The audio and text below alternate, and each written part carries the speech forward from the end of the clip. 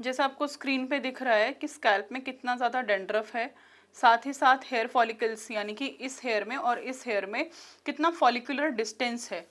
इसका मतलब है कि सर का अभी एक्टिव फेस चल रहा है हेयर फॉल का। ऐसे पेशेंट्स को मोस्टली हेयर फॉल बहुत ज़्यादा होता है, ईचिंग होती है, रेडनेस हो जाती है।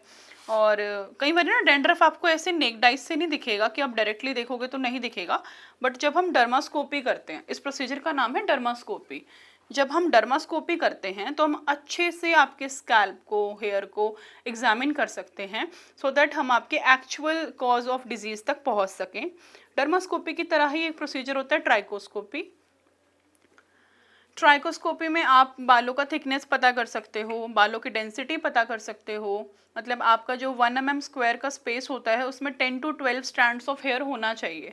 बट जिन पेशेंट को बहुत ज़्यादा हेयर फॉल होता है उन लोगों का जो हेयर डेंसिटी होती है पर्टिकुलर एरिया में, वो कई बारी 5 भी हो जाती है, कई बारी 5 से नीचे भी हो जाती है। ऑन एन एवरेज पेशेंट्स को 6 to 8 स्ट्रैंड्स मिल जाते हैं। अब जैसे आप देख रहे होंगे कि पेशेंट के सिर में अगर आप डायरेक्टली देखेंगे तो आपको कोई डैंड्रफ नहीं दिखेगा, प्लस में आपको लगेगा कि हेयर की डेंसिटी भी अच्छी है, बट एक्चुअली इनको हेयर फॉल हो रहा है। और जब हमने यहाँ पे डर्मास्कोपी के थ्रू एग्जामिन किया तो हमने देखा कि यहाँ पे इनको डेंड्रफ भी है प्लस ऑयली डेंड्रफ है।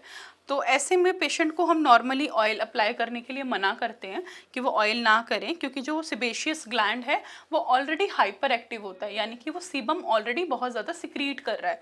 तो जब आपका स्कैल्प ऑलरेडी ऑयली है जिसकी वजह से आपको डेंड्रफ हो रहा है, तो आप और ऑयल लगाएंगे तो उसमें क्या होगा, वो ना पूरा क्लोग्ड हो जाएगा और सारा का सारा डर्ट, पॉल्यूशन, यीस्ट जो मतलब जो यीस्ट फॉर्म हो रहा है वहाँ पे मेलेसेजिया, उसकी फॉर्मेशन में रैपिड ग्रोथ हो जाएगी। मतलब कि मेलेसेजिया को हेल्प हो जाएगा अच्छे से उस एरिया में ग्रो करने के लिए, और तब जाकर वो डेंड्रफ का सीवियर केसेस हो सकते हैं। अब ऐसे पेशेंट्स में हम लोग डेंड्रफ में ऑयल अप्लाई करने के लिए मना करते हैं, साथ ही साथ कुछ मेडिकेशंस दी जाती हैं, कुछ प्रोसीजर्स करवाए जाते हैं, जैसे कि एचआरपी में क्या होता है ना कि वो मेलेसेजिया की ग्रोथ को, उसकी जो लाइफ साइकिल है उसको हैम्पर कर देता है, लाइफ साइकिल उसकी ब्रेक हो जाती है और पेशेंट के सिर में डेंड्रफ फॉर्म नहीं होता है। जब पेशेंट का डेंड्रफ रुक जाएगा तो उसको ईचिंग भी रुक जाएगी, रेडनेस भी रुक जाएगी, साथ ही साथ उसका जो हम हेयर फॉल हो रहा है पेशेंट को, उसके लिए अपनी VSCA की मेडिसिन हम लोग प्रिस्क्राइब करते हैं, जिनका बहुत अच्छा रिजल्ट पेशेंट को विद इन लाइक 3-4 मंथ्स में अच्छा रिजल्ट देखने के लिए मिल जाता है।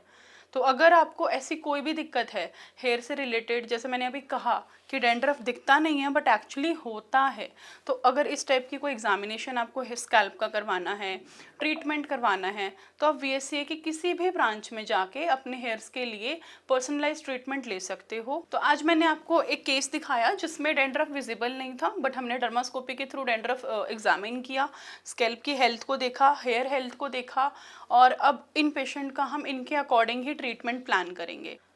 तो अगर आपको भी आपके हेयर स्कैल्प के लिए प्रॉपर ट्रीटमेंट चाहिए, पर्सनलाइज ट्रीटमेंट चाहिए, तो आप अपने नज़दीकी किसी भी VSCA की ब्रांच में जाकर प्रॉपर एग्जामिनेशन के बाद अपना ट्रीटमेंट करवा सकते हैं। Thank you.